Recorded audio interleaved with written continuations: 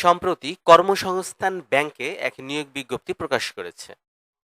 কর্মসংস্থান ব্যাংকের এই নিয়োগ বিজ্ঞপ্তিটি প্রকাশিত হয়েছে ২১ মে ২০২৬ তারিখে।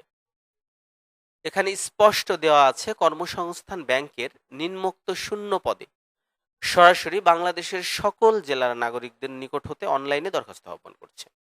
অনলাইন ব্যতীত কোনো আবেদন গ্রহণ করা হবে না। এখানে ৩টি পদে জনবল নিয়োগ প্রদান করবে। প্রথম পদটি সহকারী অফিসার সাধারণ, গ্রেড ১৩, পদ সংখ্যা ১২৫ জন।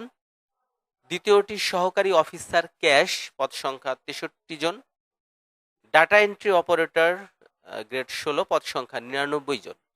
এই ৩ ক্যাটাগরিতে জনবল নিয়োগ প্রদান করবে। তো আসুন এবার বিস্তারিত দেখে নিই। সহকারী অফিসার সাধারণে যারা আবেদন করবেন তাদের অবশ্যই কোনো স্বীকৃত বিশ্ববিদ্যালয় হতে অনন্য দ্বিতীয় শ্রেণী বা সমমানের সিজিপিএ সহ স্নাতক ডিগ্রি পাশ থাকতে হবে। অর্থাৎ আপনি যদি অনার্স কমপ্লিট করেন তাহলেও আবেদনটি করতে পারবেন, যদি ডিগ্রি কমপ্লিট করেন তাহলেও আবেদন করতে পারবেন। সহকারী অফিসার ক্যাশে আপনাকে অবশ্যই একই সিস্টেম, অর্থাৎ অনার্স কমপ্লিট করলেও আবেদন করতে পারবেন, ডিগ্রি কমপ্লিট করলেও আবেদনটি করতে পারবেন। ডাটা এন্ট্রি অপারেটর পদেও সেম, অর্থাৎ স্নাতক বা সমমানের ডিগ্রি পাস থাকতে হবে। অর্থাৎ আপনাকে অবশ্যই ডিগ্রি পাস অথবা অনার্স কমপ্লিট থাকতে হবে। সেই সাথে কম্পিউটার কাজে ৬ মাস এর প্রশিক্ষণ প্রাপ্ত হতে হবে। আর এখানে আরেকটি জিনিস বিশেষভাবে দিয়ে দিয়েছে, সেটি হলো সহকারী অফিসার সাধারণ ও সহকারী অফিসার ক্যাশ এর যে কোনো একটি পদে আবেদন করা যাবে।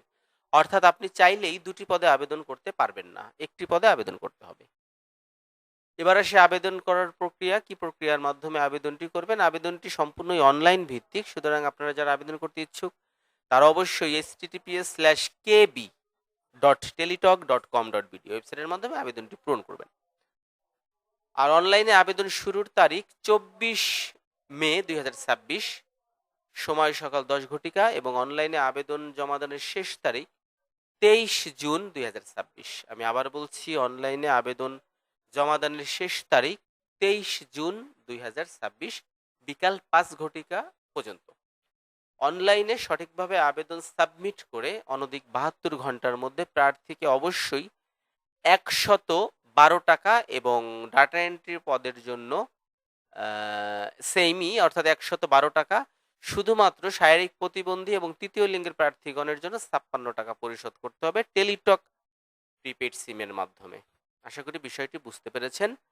অবশ্যই অনলাইনে আবেদন সাবমিট করার পরে যদি কেউ টেলিটক প্রিপেড সিম থেকে টাকা প্রদানে ব্যর্থ হয় তাহলে তার আবেদনটি স্বয়ংক্রিয়ভাবে বাতিল বলে গণ্য হবে।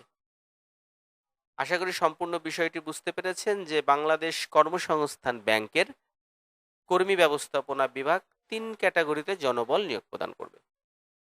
আমি আমার ভিডিও ডিসক্রিপশন বক্সে দিয়ে দিয়েছি আবেদন করতে কি কি প্রয়োজন, আপনারা চাইলে সেখান থেকে খুব সহজেই দেখে নিতে পারবেন। আর আরেকটি কথা, যারা নিয়মিত চাকরির আপডেট পেতে চান তারা অবশ্যই আমার বিডি জবস অ্যালার্ট চ্যানেলটিকে সাবস্ক্রাইব করে রাখতে পারেন। ধন্যবাদ।